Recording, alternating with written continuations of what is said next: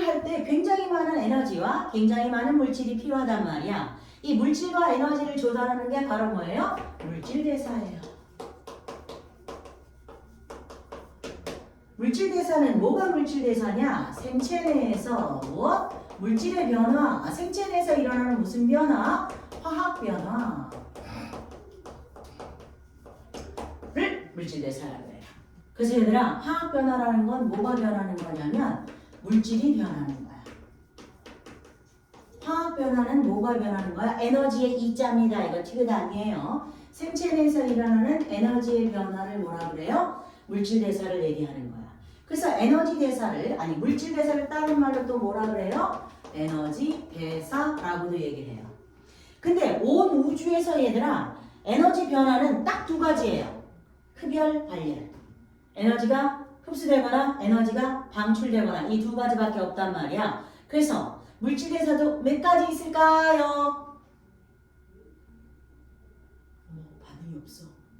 슬퍼라. 딱 두 가지입니다. 자, 고분자. 고분자가 아니야. 니네 때문에 나도 당황했잖아. 저분자가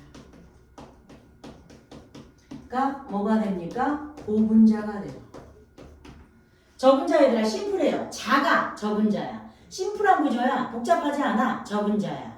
근데 고분자 덩어리가 커. 구조가 복잡해. 그럼 뭐예요? 고분자야. 그래서 저분자가 고분자가 되는 과정은 뭐라고 얘기합니까? 합성이라고 얘기하는 거예요.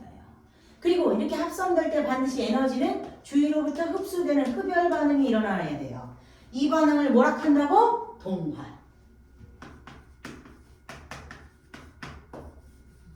그럼 얘들아 합성이라고 쓰고 흡열이라고 쓰지 왜 저렇게 쓰느냐? 이건 화학 용어예요. 그래서 화학에서 쓰는 걸 생물에서 쓰는 건 용서할 수 없다. 그래가지고 새 용어를 쓰는 거야. 그래서 이 단어는 이 시간에 얘들아 개념은 단어가 처음 보는 게 폭발해요. 그래서 이건 암기를 해주셔야 돼요. 그리고 이 반응, 이 단원의 굉장히 특징이 뭐냐면 싹 외워야 돼. 안 외우고는 해결 방법이 있어 없어? 없는 단어니까 수업 시간에 최선을 다해서 외우려고 노력을 하셔야 돼요. 알겠어요? 그래서 동화는 생체 내에서 합성되거나 물질이 에너지가 흡수되면 동화야. 그럼 이 동화 과정의 가장 대표적인 예가 뭐가 있냐면 광합성이 있어요. 자, 그런 다음에 고분자가 저분자로 어떻게 되는 거야? 분해돼요. 그럼 이때 에너지가 방출됩니다. 발열. 그럼 이 반응을 뭐라고 얘기하는 거예요? 이화라고 얘기하는 거예요. 그래서 이 이화의 가장 대표적인 게 뭐가 있느냐? 세포호흡이. 세포호흡이 있고 소화가 있습니다. 근데 얘들아, 포도당을 산소랑 반응시켜서 분해하는 반응이 실제로 실험실에서 일어나잖아? 그럼 몇 도의 온도가 공급돼야 되냐면 400도씨요.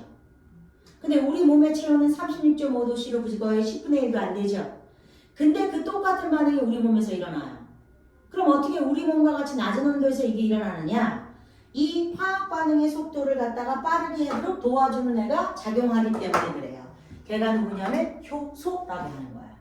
그래서 언제나 생체 내에서 일어나는 물질 대사에서는 누가 관여합니까? 효소가 가능해요. 그래서 저기 봐봐. 세포의 기본 단위, 커트라인이 DNA가 있었고 단백질이 있었죠? 저 DNA는 왜? 자식한테 나랑 같은 정보를 주기 위해서 있는 거고요. 단백질은 왜? 얘가 먹고 살아야 되는 거니까 효소가 있어야 되는 거지. 효소의 주성분이 단백질이기 때문에 그렇습니다. 그래서 이 효소는 무슨 기능을 하느냐? 생체 내에서 촉매 기능을 합니다. 촉매라는 건 무슨 역할을 하는 거야? 화학 반응의 속도를 증가시켜주는 애가 바로 뭐예요? 촉매예요. 촉매의 기능이 이거예요. 그래서 효소를 다른 말로 뭐라고 얘기를 해? 생체 내에서 작용하는 촉매다. 그래서 효소와 생체 촉매는 같은 의미를 쓰이는 거고 어떤 물질 대사든지 다 이렇게 효소가 관여를 해요. 그래서 화학 반응이 잘 일어나도록 하는 거예요. 되세요? 그래서 이렇게 물질과 에너지를 조달하는 방식이 바로 뭐예요? 물질 대사입니다. 자, 그럼 하나 물어볼게. 광합성을 얘네가 중학교 3학년 때도 배우게요. 고등학교 1학년 때도 배웠어요. 광합성 반응 과정식 혹시 생각나십니까? 엄근진으로 딱 각 잡고 앉아만 있으면 다냐. 광합성 반응식 혹시 생각나요? 제일 내가 늙었는데 제일 발랄하게만 얘기하고. 생각나십니까? 안 나면 안 난다고 얘기를 하라고. 자, 봐봐. 광합성은 얘들아 이산화탄소와 물을 재료로 해서 무엇을 만듭니까? C6H12O6 포도당을 만들고 산소를 만드는 거지. 간단하죠? 복잡해 보이지? 그치? 그래서 저분자가 고분자가 됐지. 이산화탄소와 물이 포도당으로 바뀌는 물질의 변화가 일어났죠. 그리고 이때 얘들아 빛을 에너지원으로 흡수합니다. 빛 에너지가 포도당의 화학 에너지로 바뀌는 에너지의 변화가 일어났죠. 그래서 뭐예요? 이거 물질 대사예요. 그래서 자 물질 대사의 예를 니네들이 찾을 때 이렇게 찾으면 돼요. 이 단원이 얘들아 요거 자체도 즉 개념 자체도 문제에 나오지만 여기에 해당하는 예를 반드시 매칭시키는 게 문제에 나온단 말이야. 그래서 요 상황을 보고서 여러분들이 찾으시면 돼요. 자 그러면 봐봐. 포도당과 산소를 반응시켜서 이산화탄소와 물로 분해하는 게 세포호흡이에요. 자 그래서 봐봐. 포도당이 이산화탄소와 물로 변하는 물질의 변화가 있죠. 그리고 포도당이 갖고 있는 에너지가 무슨 에너지냐면 화학 에너지고요. 얘를 이렇게 분해하면 무슨 에너지가 생겨요? 열 에너지와 ATP 에너지가 생깁니다. 이렇게 포도당의 화학 에너지가 ATP와 열 에너지로 바뀌니까 에너지의 변화가 있으니까 이건 뭐예요? 물질 대사 중에 호흡이 되는 거겠지. 그래서 물질의 변화, 에너지의 변화가 있으면 이게 뭡니까? 물질 대사고요. 얘네들이 합성이면 동화고요. 분해면 이화라고 여러분들이 매칭을 하시면 되는 겁니다. 이해되시죠? 그래서 자 하나의 세포가 여러 개의 세포가 될 때 필요한 물질과 즉 세포 분열에 필요한 물질과 에너지를 조달하는 방식은 물질 대사라서 너희는 밥 먹고 못 사니? 밥 먹고 밥 사십니까? 설사가 심해요? 밥 먹고 똥을 싸는 게 바로 물질 대사를 하기 때문에 그래요. 우리 몸에서 밥이 변해서 뭐가 된 거지? 똥이 된 거지. 그리고 그 변화에서 생기는 에너지를 이용해서 우리가 살게 되는 거죠. 되십니까? 자 그런 다음에 얘들아 또 뭐가 있었지? 자 자극과 반응이지. 자 니들은 내가 아무리 자극을 줘도 반응이 없으니까 비생물인 걸로 할게. 이 벽들아 자 이게 생물이야. 생물이에요. 이 생물 바깥에 어떻게 되는 거예요? 환경은 굉장히 크게 변합니다. 큰 변화. 얘네들이 뭐예요? 자극이에요. 대표적으로 빛이나 온도 이런 것들이 어떻게 체내에 들어올 때 체내 바깥에서 굉장히 크게 변해. 요 근래 얘들아 지난주 토요일 어떻게 되는 거야? 토요일? 주말에 졸라 추웠어. 마이너스 10도씨였어. 그치? 오늘은 다시 영상 10도더라. 와 무서워 죽겠어. 기온이 어떻게 이렇게 짧은 시간에 20도씨를 왔다 갔다 해. 그래서 선생님 경유차라 시동이 안 걸려서 뒤지는 줄 알았어요. 목요일날 시동을 거는데 안 걸렸어. 3번 거니까 걸렸어. 금요일날도 마이너스 10도라서 3번 걸리니까 걸렸어. 토요일날은 마이너스 6도 되니까 한 번에 걸리더라. 그래서 참 느꼈어. 환경 변화가 이렇게 크구나. 근데 잡아봐. 온도나 빛이 이렇게 바깥에서 크게 변하는데 내 체온은 36.5도란 말이야. 근데 그 36.5도가 얘들아 바깥하고 똑같이 변하면 나는 뒤져요. 그래서 내 몸에 들어올 땐 내 몸이 어떻게 됩니까? 이걸 작은 변화로 바꿉니다. 이게 바로 뭐예요? 반응이에요. 그래서 생물은 반드시 자극에 대해서 반응합니다. 무슨 소리냐면 자 체온이 36.5도가 이렇게 유지되는 게 아니야. 이렇게 유지되면 얘들아 이건 죽은 거야. 자 바깥의 온도가 이렇게 변할지라도 내 내부의 온도는 어떻게 하는 거예요? 36.5도를 기준으로 이렇게 조금씩 그래서 깔짝깔짝되게 변하는 게 바로 뭐예요? 반응인 거야. 그래야지 내 몸의 내부의 상태가요 일정한 상태를 유지하는 거죠. 그래야지 건강하게 사는 거지. 어제도 체온이 36.5도야. 오늘도 체온이 36.5도여야지. 어제 36.5도인데 오늘은 이게 막 50도, 60도로 올라가. 뒤져요 그럼. 이렇게 내 내부의 상태를 일정하게 유지하는 걸 뭐라 그래요? 항상성이라고 얘기하고요. 이게 유지가 돼야지 내 몸이 건강하게 잘 살아요. 너네 병 왜 걸려요? 저 항상성이 깨진 거야. 그치요? 그래서 체온이 막 올라가고 열이 펄펄 끓고 그러는 건 어떻게 되는 거야? 항상성이 깨져서 건강하지가 않은 거지. 이해되십니까요? 그래서 항상성이라는 것은 이렇게 자극에 대해서 반응을 함으로 내 몸의 상태를 일정하게 유지하는 걸 얘기하는 거고요. 이 항상성에 대해서 얘가 물어보고 자극과 반응에 대해서도 얘를 물어보는데 항상성은 얘들아 있잖아. 세 가지 조건에 따라 세 가지를 갖다가 어떻게 되는 거 항상성이라고 너네들이 구분을 하면 돼요. 자, 우리 몸에서 체온과 혈당과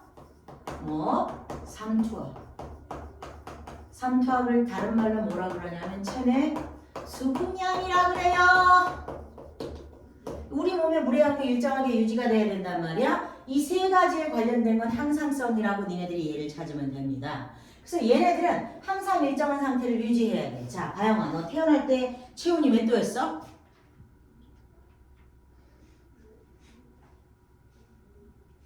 미안해. 그럼 남자애한테 시키자. 자, 우리 민서가 넌 태어날 때 체온이 몇 도야?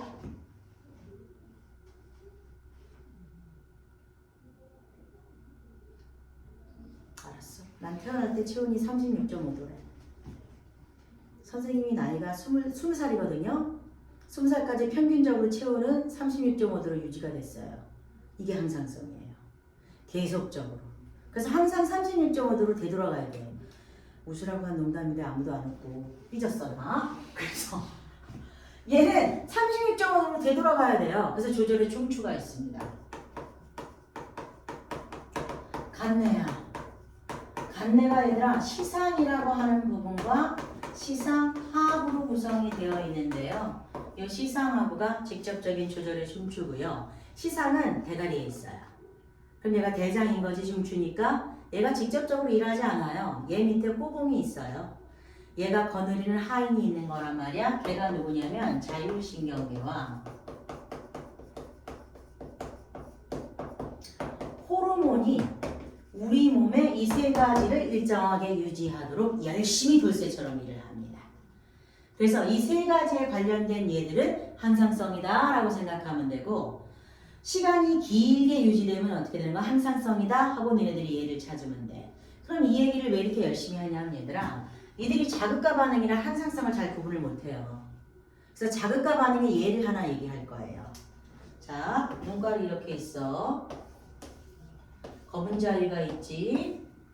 요 속 안에 아무것도 없는 부분, 요 속 안에 아무것도 없는 부분을 뭐라 그래요?